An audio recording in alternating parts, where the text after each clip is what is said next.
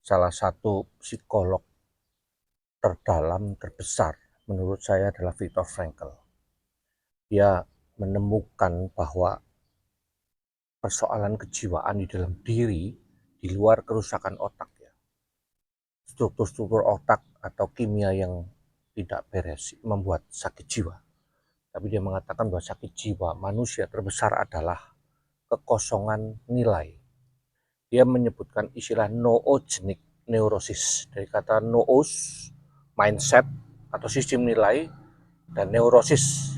Neurosis itu sakit jiwa yang karena berasal dari noos. Dia menemukan bahwa orang-orang yang tidak mempunyai makna hidup itu akan gelisah, akan mengalami kekosongan batin, akhirnya mengakibatkan berbagai hal dalam kehidupan. Teorinya ini didasarkan kepada pengalamannya di uh, Camp Hitler. Dia melihat mengapa orang-orang Yahudi, saudara sebangsanya, karena Frankl ini adalah orang Yahudi, itu disiksa, dibunuh setiap hari. Mereka tidak punya jaket di musim dingin, makan hanya dengan 2 lembar roti tawar, pagi dan sore, minum dari air keran. Kenapa mereka bertahan hidup dan tidak bunuh diri? Tidak ada yang bunuh diri mereka. Padahal untuk mati begitu gampang. Mereka tinggal pegang itu kawat berduri 2000 volt, langsung mati. Ternyata di dalam setiap kantung orang Yahudi itu ada ayat Shema. Shema Yisrael, dengar hai Israel.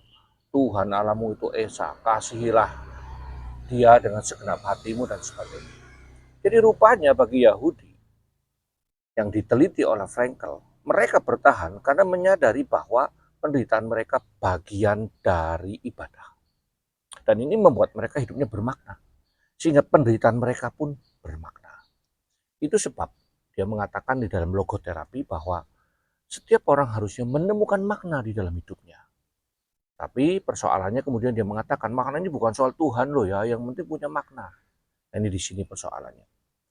Alkitab berkata di dalam Pengkhotbah pasal yang ketiga ayat yang ke-10 atau 11, dia mengatakan segala sesuatu ada pada waktunya. Tetapi Tuhan memberikan kekekalan dalam batin manusia. Nah, ini menarik. Manusia mencari kepuasan, makna, memenuhi yang di dalam batin yang bersifat kekal. Tidak mungkin akan dipenuhi. Tidak mungkin akan dipuaskan. Maka sebenarnya satu-satunya jalan untuk orang menemukan makna hidup adalah dengan memenuhi dirinya dengan Tuhan. Bukan dengan memberi makna di dalam kehidupan, tetapi mencari makna di dalam Tuhan. Kita bermakna bukan karena kita menyatakan diri kita bermakna, tetapi manusia bermakna karena Tuhan mengatakan engkau berharga. Saya beritahu kepada Anda semua yang hari ini mungkin tidak merasa dirimu bermakna atau bernilai. Alkitab berkata, engkau berharga seperti biji mataku. Tentu Tuhan tidak punya biji mata, karena Allah itu roh, tidak bermateri. Tapi menunjukkan organ manusia yang paling dijaga dalam mata.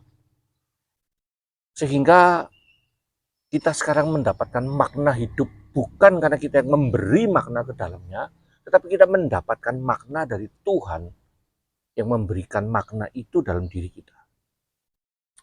Manusia ketika memaknai diri selalu dalam perspektif yang berbeda, apalagi memaknai diri orang lain. Kita memaknai orang, membuat orang itu terasa bernilai karena beruang, cantik, gagah, sehat, ganteng, dan sebagainya. Sementara Tuhan memaknai manusia bukan berdasarkan diri manusia, tetapi berdasarkan cinta Tuhan. Berdasarkan kasih sehingga dia melihat yang tidak bermakna menjadi bermakna. Sehingga Anda dan saya sebenarnya manusia-manusia tidak bermakna, tetapi kita bernilai begitu tinggi. Karena Tuhan mengorbankan diri bagi kita dan membuat kita sekarang senilai dengan anak-anak Allah. Kita tidak boleh menilai diri berdasarkan manusia menilai, tapi Tuhan menilai, yaitu seharga kehidupan putranya yang tunggal.